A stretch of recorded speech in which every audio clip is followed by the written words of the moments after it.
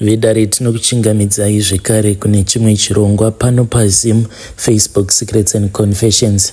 Tadzoka zvekare nemamwe messages. Tisati tapinda messages edu atadzoka takakubatirai. Ndinokumbirawo kuti mupote muchingonodongorerawo kuchannel yedu iya channel yechakafukidza dzimba matenga. Regedzai tibva tapinda messages edu atadzoka takakubatirai. Message yedu ekutanga yakamira sekudai so. Anzi makadii zvenyu mukomanashi, ndinokumbirawo kuti munge muchindiposterawo nyaya yangu. Asi kana muposta nyaya yangu, please ndapota vigaiwo chitupa changu. Yangu nyaya mukoma yakamira sekudai so. Inini ndakasvikawo pakupfurirwa neboyfriend yangu kuti ndinge ndichiurayisa murume wangu. Mushure mekunge ndamuurayisa murume wangu, this boyfriend of mine yakabva yazondirwadzisa zvekuti ndega ndakasvika pakuda kutora upenyu hwangu.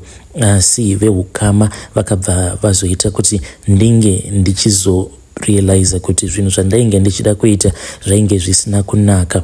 Mukoma, ndakati ndiri muform 4 ndainge ndine umwe mukomana wangu wandainge ndichidanana naye. Takati maresults edu abuda, iye akabva azoenda kunojoina chisoja. Then akabva azoti ainge ava kusada kuita izvozvo zveusoja. Then ndokubva azotiza, akatiza nevamwe vake ndokubva vazoenda kuBotswana. Saka akati ariko kuBotswana kudaro ndokubva ndazonzwa kuti ikoko ainge atova neumwe mukadzi waainge achigara naye. Ndikabva ndasiyana zvangu nazvo. Panguva yacho iyoyo mukoma ndainge ndabatira pamuviri pake by the time yaakanditiza. And unfortunately when I heard the news ndakabva ndazongoita miscarriage. I think kuti the stress was just too much. And ndainge ndichingozvibvunza kuti saka mwana uyu kana ndikazomuzvara ndiri ndoga mwana wacho ndichamupei. Ipapo pandakaita miscarriage mukoma ndakaita zvivindi because ndakangobuda pamba so. Saka uko kwatainge tichigara kwainge kuine kamwe karukova so. Saka ndakabva ndangobuda mukoma ndakabata chiplastic bag changu icho chainge chiine ropa. And mwana uyu by the time yandakaita miscarriage ainge atoumbika zvezvo zvekutoti waitoona kuti uyu mwana uyu. Ndakabva ndamutora ndakangomutarira ka1 zvose zvandainge ndava kuita ndakaita ndakatarira kuside. Ndakapfeka maplastic bag mumaoko angu apa ropa rainge richiita kuita sei mukoma. Asi ndakabva ndamutora ndokubva ndamumoneredza nechimwe chidhende ndikabva ndazomuisa mune rimwe plastic bag. Ndakatora maplastic bag kuda anokwana iwo kuita 6 ndokubva ndasunga ndichiitira kuti munhuwi wacho kana kuri kuzonzi akanuhwa asazoburitsa munhuwi nekuti anenge ari mumaplastic bag.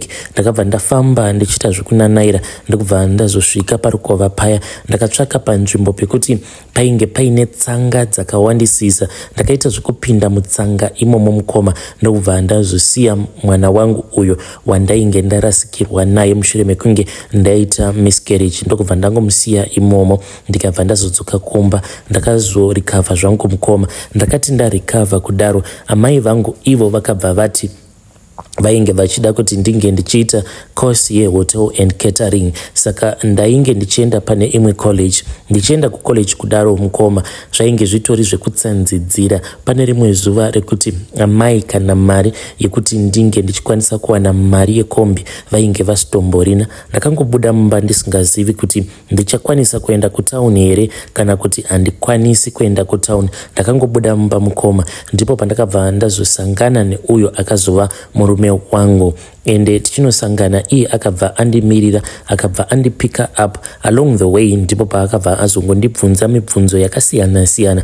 Then ndakabva ndaona kuti murume uyu ainge andifarira kunoti foni ndainge ndisitomborina zvachose. Iye akangondibvunza kuti pamba pandinogara pahouse number ani. Saka I never expected kuti I will hear anything from him since tainge tisina kana nzira dzekuti taikwanisa kuzocommunicate. Ndakabva ndangoramba zvangu ndichienderera mberi neupenyu hwangu. Asi ndinorangarira kuti paakazouya kumba kwedu it was on a Saturday. Akatouya mukoma ndokubva atongondifonera. Ndakati ndabuda panze ndokubva ndatoona kuti ainge ari iye nasekuru vake. Akabva atondiudza kuti iye ainge atouya for my introductions. Ndikati koma introductions nekuti hatina kana kumbogara tataurirana zverudo. Akabva angoti iye ainge achitoda nezvangu. Mukoma on that day ndakavaudza kuti zvainge zvisingagoneki because taifanira kuti tinge tichitanga tadzidzana with time. Mukoma nashi ndisati ndanyanyisa kumudzidza as in kuziva kuti iye munhu akaita sei, ndipo paakabva azongondimanikidza kuti ndinge ndichimuintroducer kumaparents angu. Ndakati ndamuintroducer like this month, within a few months mukoma tainge tatochata. Takati tachata kudaro mukoma patakazoenda kuhoneymoon, ndipo pandakabva ndazofind out kuti zvinhu hazvina kana kutombomira zvakanaka. Ndainge ndakamboita suspicious kuti maybe muchinda wangu uyu there is something that is wrong with him, because aiti pose paanenge auya kumba kuzondiona aiwanzokuuya late in the evening paanenge abva kunorana mabusinesses ake, then mukuzonogara motikari, and it was a natural thing for me kuti vanhu vanenge vachidanana munongokadla and stuff like that, but iye aimeka sure kuti hapana zvataita nokubatana nokuita sei, kungotaura nyaya chete mukoma. Saka ndainge ndichingosuspecta, but iye aita sekunge munhu ainge achindipa respect achiti tichazozviita on the night kana taenda kuhoneymoon. Well mukoma, takati tiri muhoneymoon kudaro, I was really expecting kuti zvinhu zvedu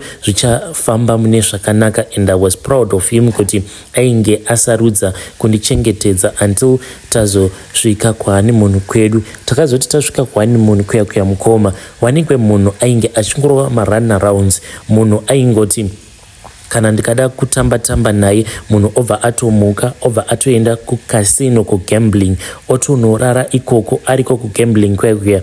By the time yaanozodzoka mukoma, iwe unenge watoboyekana. Aiwanzo kuzodzoka mumba somewhere around 4 am. Ndakazomuconfronta ndikamubvunza kuti saka was this the way that marriage yedu was going to operate? Iye mukoma akabva azongoramba achingondipa ma-excuse. Mazuva edu ekuhoneymoon akati ava kuda kunopera, ndokubva ndamuti kana zvakadai so inini hangu ndava kuda divorce. Ndipo paakabva azogara pasi neni, ndokubva ati kana ndikataura newe kana ndikakuudza zvose zvinondishungurudza, promise me kuti you never break up with me. Apa mukoma ndakabva ndangozvisimbisa ndikabva ndati I will never break up with you. And iye ndipo paakabva azondiudza zvose zvainge zvakaitika kwaari. Iye akabva ati ainge aine umwe musikana wake uyo waainge achidanana naye. Musikana uyu iye achitaura ainge achiti iye ainge ari kuCanada, saka vaipota vachingoshanyirana. So iye anoti musikana uyu akabva azotanga kudanana neumwe munhu, then iye akabva azofind out kuti ndo zvainge zvichiitika. Saka paakazozama kubreaka up nemusikana wake ikoko kuCanada, musikana uyu ndipo paakabva azotsvaka Nyanga ikabva yazogadzira iye uyo ainge ava murume wangu, then sikarudzi yake ndokubva yatotadza kutoshanda zvachose. Saka at that time ainge achitozama kutondiudza kuti sikarudzi yake yainge isingatomboshandii. Mukoma ndakamubvunza kuti so do you mean kuti hapatomborina? Ndokubva ati mira ndikurakidze. Takabva tazama mukoma, takazama tichazama, but yakaramba mukoma. Ndikabva ndatanga kuchema ndichitanga kuzvibvunza kuti saka is this the way that my life is going to be? But ndakabva ndazvisimbisa mukoma, ndakazvisimbisa for 3 years ndichingorarama ndingorimo murelationship imomo. Taikwanisa kutolasta for almost 6 months kutosvika pakutokanganwa mukoma kuti kune chinhu chinonzi kurara nemurume, because I was used to that situation. Kana iri semari aiwa ainge achindiprovidera everything. Munhu wekuti aiva nemadeals ake aita ndeyekuti aiva nevarungu vake avo vaiuya kuzotenga nyanga dzezvipembere. Saka iye aiva nemukoto neaccess yacho. Saka aiti kana akawana nyanga dzedze dzechipembere, saka aiti kana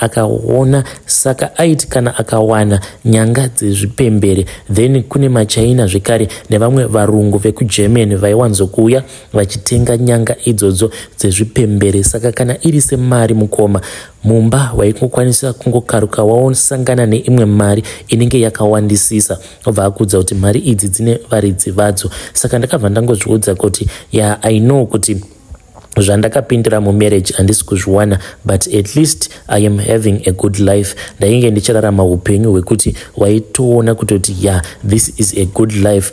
So I then just told myself kuti handisisina hanya zvangu nechinhu chinonzi kurara nemurume, asi chinhu chaimboita chichindistressa ainge ari mwana, because ndaigara ndichingozvibvunza kuti ko mwana ndichaita sei, but mhinduro kwainge kusina. Izvo iye murume uyu hamene kuti mukunogadzirwa kwaakaitwa kana kuti akatongozvarwawo akadaro, but iye tsinga dzake idzi dzedziya dzinofambisa urume idzo dzainge dzakadambuka. Saka iye mukunofamba kwaainge akamboita chokwadi ichi ainge akachiziva zvake, but akazondiudza with time kuti ndo zvaainge akaudzwa nemadoctors kuti the possibility yekuti ange achizoita mwana, it was actually very slim. Mukoma taiti kana takarara tose paya hapana kana chaimbobuda. Iye waitoona kutoti atopedza, but chaibuda painge pasvitomborina. Aiwa, I was used zvangu to that situation. Then zvakazoitika ndezvekuti uya boyfriend wangu uya wekuenda kuBotswana achitiza training yechisoja akabva azodzoka nawo mugame. Akati adzoka mugame ndokubva azongokaruka atanga kutaura neni. Ndakamubvunza kuti ko nhamba dzangu ainge adziwana kupi. Akabva ati ndakangowanawo information mumastreets imomumu kuti iwewe watova bo. Takazongoramba tongotaura plus ka mumba handiti mainge musina kana chandainge ndichimbowana. Inini ndichitaura naye, it was just a way yekuti ndingowanawo umwe munhu anoexpressawo izvo zvandainge ndichishuvira. But mukoma zvose izvi zvandainge ndichiita ndainge ndichitozvigadzirira rinda chairo. Ende mukoma ndakabva ndazongokaruka ndava kutongotumidzirana mapictures naye. Iye boyfriend wangu uyo ex-boyfriend ainditumidzira mapictures ake zvezva zvokutondisejusa kudzamara mukoma nashe. Ndazongosvika pakuzvigamuchira kuti zvainge zviri paground ndaifanira kuti ndinge ndichizomuita boyfriend yangu yesecret yekuti pose pandinenge ndichida kuva nemurume ndinenge ndichingoenda kwaari. Aiwa, takabva tawirirana. Iye handiti ainge aine zvake zvaainge akataimira pandiri. Tawirirana kudaro mukoma nashe takabva tatanga kufambidzana. Takafambidzana for a very long time. Then iye manje akabva azotanga kundipa pressure yekuti ndikuda kuti unge uchizondiitira mwana. At that time mukoma pandakatanga kuita musikanzwa yangu iyi ndainge ndiine chinzvimbo changu icho chandainge ndichiviga mapiritsi angu efamily planning ndichitira kuti ndisazoita mistake.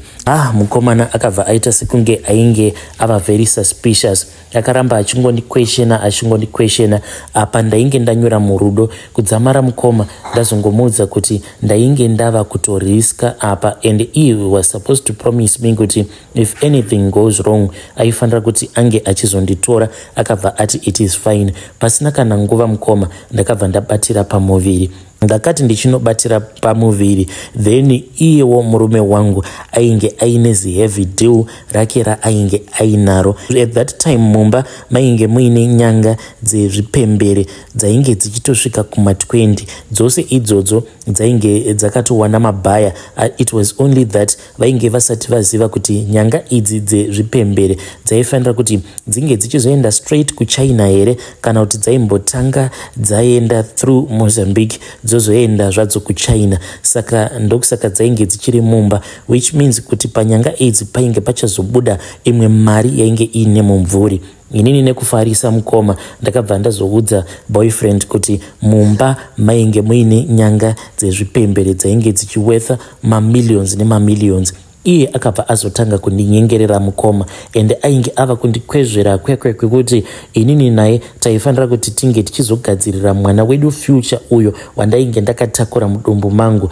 And ameno kuti mahormones here kana kuti kwainge kuri kutongopusa. Ndakabva ndatongobheliva zvose zvaainge akandiudza. So one day takati tiri kulodge zvedu akabva ati kwandiri, inini baby ndatofunga kuti ndinge ndichitongokuita wangu. Ndikati handiti ndagara ndiri wako here izvezvi, handiti I am carrying your child. Akabva ati ndafunga kuti ndinge ndichisudurutsa murume wako paground, ndikutoda kuti ange achibva paground. Saka iye akabva ati zvinoita here kuti nditsvake nzira dzekuti ange ainge achisudurutswa paground. Handina kana kumbogara ndakwanisa kunzwisisa kuti ainge achizama kureva kuti kudii. Just to make the matters go to rest, ndakabva ndati it is fine, ita zvaunoda kana wada nezvangu. Saka iye akabva angonditorawo serious. Mukomana wangu uyu akabva azotanga kudzifambira nyaya idzi. Iye zvaakangondita ndezvekuti one day akangoya kwandiri ndokubva ati very fast sha, ndiri kukumbirawo kuti unge uchingondipa ringava riri trousers, even a boxer short that belongs to your husband. Apa ainge angouyawo achingoya kuzongondisirawo pizza, and akabva ati ainge achingoda something that belonged to my husband. At that time murume wangu ainge asipo pamba. Ndakangopinda mumba ndokubva ndatora imwe t-shirt yemurume wangu ndokubva ndapa boyfriend yangu uyu ndokubva ati it is fine, this one will work, ndokubva aenda zvake akadriver. Saka ndakangosara ndiri confused, and at that time stress yangu yainge iri yekuti nhumbu yangu iyi yainge yava kuda kunopinda mumamutu. Apa ndainge ndava kutya kuti murume achasvika pakufind out kuti ndine nhumbu. Apa iye tainge tatova netime tisina kana kumbogara tarara tose. Saka I never even bothered to question this guy kuti ainge achida hembe yemurume wangu kuti ange achinoita sei nayo hembe yemurume wangu. Murume wangu musi iwoyo mukoma ndakabva ndangonzwa ndava kufonerwa navatete. Vatete vakandifonera vari kufamu, vakangondifonera vachichema, vakatadza kana kuburitsa kana one word zvaro. Ndakabva ndafona back ndichizama kubvunza kuti ndinge ndichinzwisisa kuti what was going on. Muzukuru ndiye akabva azondifonera akati gogo, rambai muri pamuri ipapo, tiri kuuyako ikoko kuHarare. Mukoma ndakashaya kuti ndoita sei. Ndakanzwa mudumbu mangu umu muchiita kumonyana. Ndikati zvimwe kuda kuti vanhu ava vafind out kuti ndine pamuviri. Ndakapotsa padiki mukomanashi ndabvisa pamuviri pangu pandainge ndakatakura, ende chakazokonzeresa kuti ndisabvisa pamuviri painge paine imwe cousin brother yemurume wangu ainge achigara pedo nesu. Saka iye akabva azouya nekukasika nemudzimai wake. Ndainge ndakatobata chimwe chibhotoro icho chandainge ndichida kuzama kuti ndike ndichinwa sezvo chainge chine mushonga waivava. So I just had that idea kuti nhumbu inongobviswa nemushonga unenge uchivava. So mukoma ndakabva ndangorasa chibhotoro chechiya, asi cousin brother yemurume wangu ndakabva ndaona kuti ainge asina mufaro. Ndakabva ndavati pindai mumba, but vakatadza kana kupinda mumba. Then mai guru ndokubva vazotanga kuchema. Ndikabva ndazoziva kuti there was something wrong. Ndakatanga kuzvibvunza kuti does it mean kuti murume wangu aita accident. Then mai guru pandakavabvunza ndipo pavakabva vati hanzi banguru vazvisungirira. Mhepo dzainge dzakatomusimukira ndokubva angotora tambo akabva azvisungirira. Murume wangu ndo mafiro acho aakaita iwayo.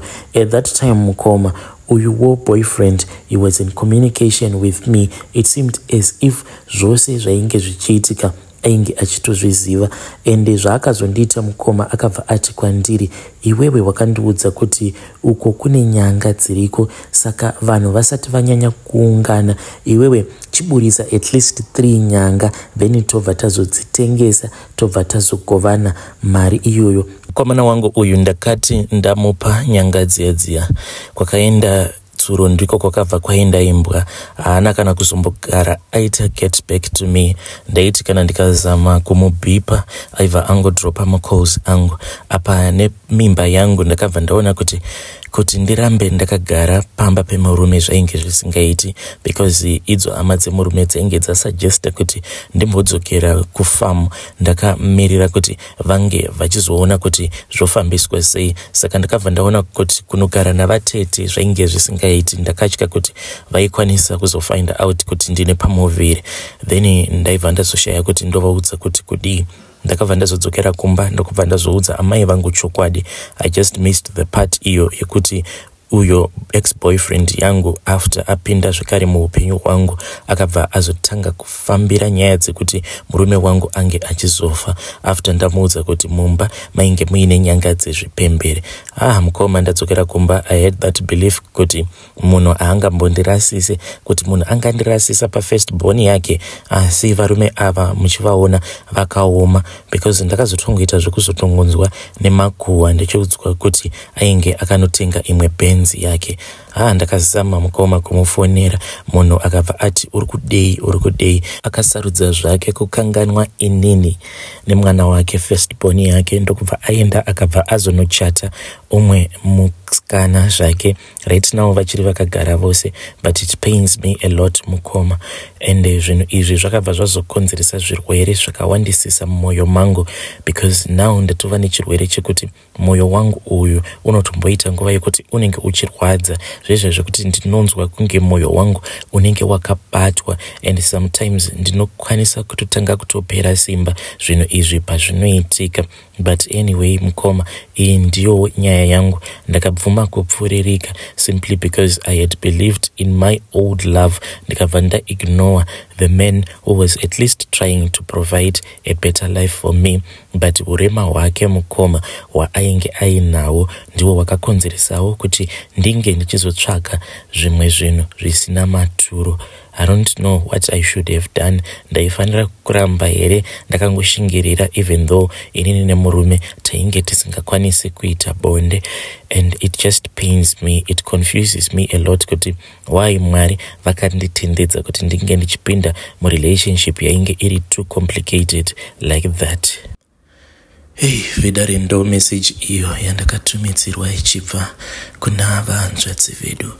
Zvakangoma zveveduwe, nyaya idzi ndikuona kuti dziri kuramba dzichingowanda. Kana kuri kunziwo unenge uri munhukadzi uchirara urimo in a relationship yakadaro yekuti murume wako waunenge uinaye unenge uchiti sikarudzi yake size yacho haisi size yaunotarisirawo. You can come and you can share your own story. Zvekare kana uri munhurume unenge uchizvitiwo une sikarudziwo yekuti size yacho haikufadzi, you can come to my inbox, then mobva mazotipawo your own experience, your own side of the story kuti throughout your relationships kana kuti throughout your marriage, what are the challenges have you been facing. Nekuti vanhu vazhinji vanhukadzi vanowanzo kungotaura vachingoti kadora, but we have never had the experience yemunhu anenge achirarama ari mazviri. So I know kuti vanhu kunze uko vanenge vachirarama vari mazviri vanenge vaine a pain yekuti vanoshaya kuti where can they go to so that they can share their pain. So come to my inbox, nekuti nyaya kana ikagara yataurwa, ikagara yabuda mumwoyo, inenge yatobuda, then healing process inobva yatotanga. Ngatisanganei zvekare mune zvimwe zvirongwa zvinotevera.